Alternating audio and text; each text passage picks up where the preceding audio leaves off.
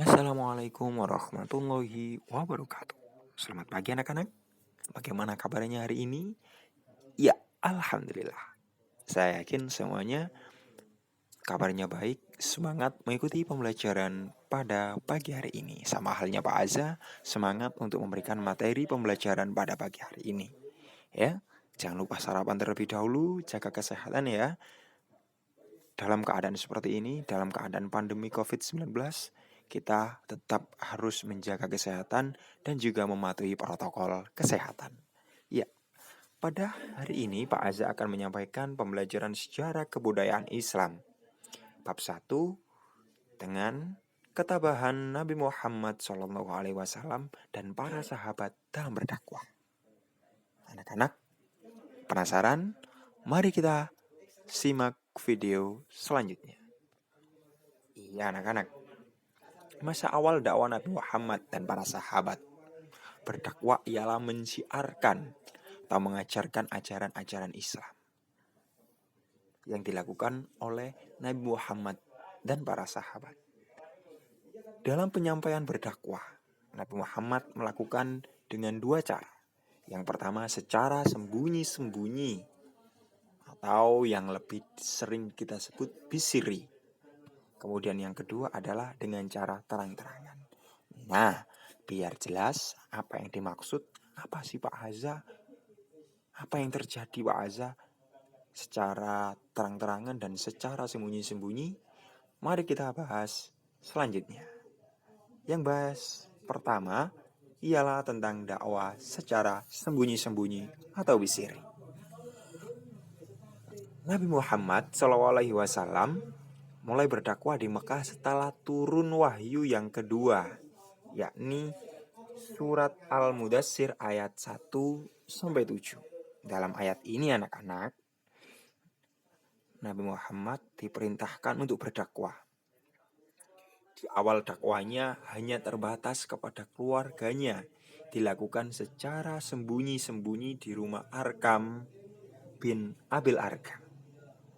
Jadi selama dakwah ini tidak dilakukan secara terang-terangan di umum ya, di pertemuan-pertemuan atau di masjid-masjid, tidak seperti itu.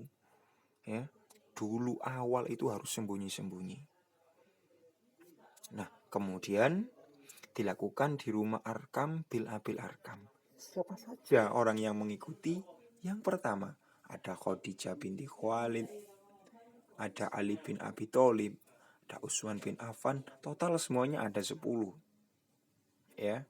Dan 10 orang itu diberi nama atau diberi sebutan As-Sabiqunal Awalun.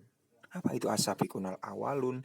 Karena orang-orang yang pertama masuk Islam melalui dakwah secara sembunyi-sembunyi yang dilakukan oleh Nabi Muhammad.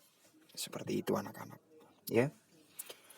Dakwah secara sembunyi-sembunyi ini dilakukan Nabi Muhammad selama 3 tahun anak-anak. Ya, selama itu Nabi Muhammad melakukan dakwah. Ya.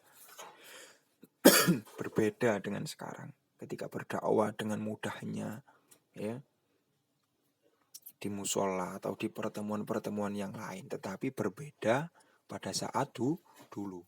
Pada saat dulu berdakwah harus bersembunyi-sembunyi. Oleh karena itu, kita sudah menikmati indahnya beragama, indahnya beribadah, kita seharusnya harus lebih rajin beribadah. Seperti itu ya anak-anak. Kemudian yang kedua, dakwah secara terang-terangan. Setelah 3 tahun Nabi Muhammad melakukan dakwah bisiri. Ya. Kemudian turunlah surat Al-Hijr ayat 94 yang berarti, maka sampaikanlah olehmu secara terang-terangan segala apa yang diperintahkan kepadamu dan berpalinglah dari orang-orang yang musyrik. Dengan dasar surat Al-Hijr ayat 94 itu sehingga Nabi Muhammad melakukan dakwah secara terang-terangan. Apa hal yang pertama dilakukan oleh Nabi Muhammad? Yaitu dengan cara pertama yang dilakukan Nabi Muhammad Shallallahu Alaihi Wasallam dalam berdakwah secara terang-terangan adalah dengan mengumpulkan dalam jamuan makan para kerabatnya dan orang-orang terpandang kaum Quraisy.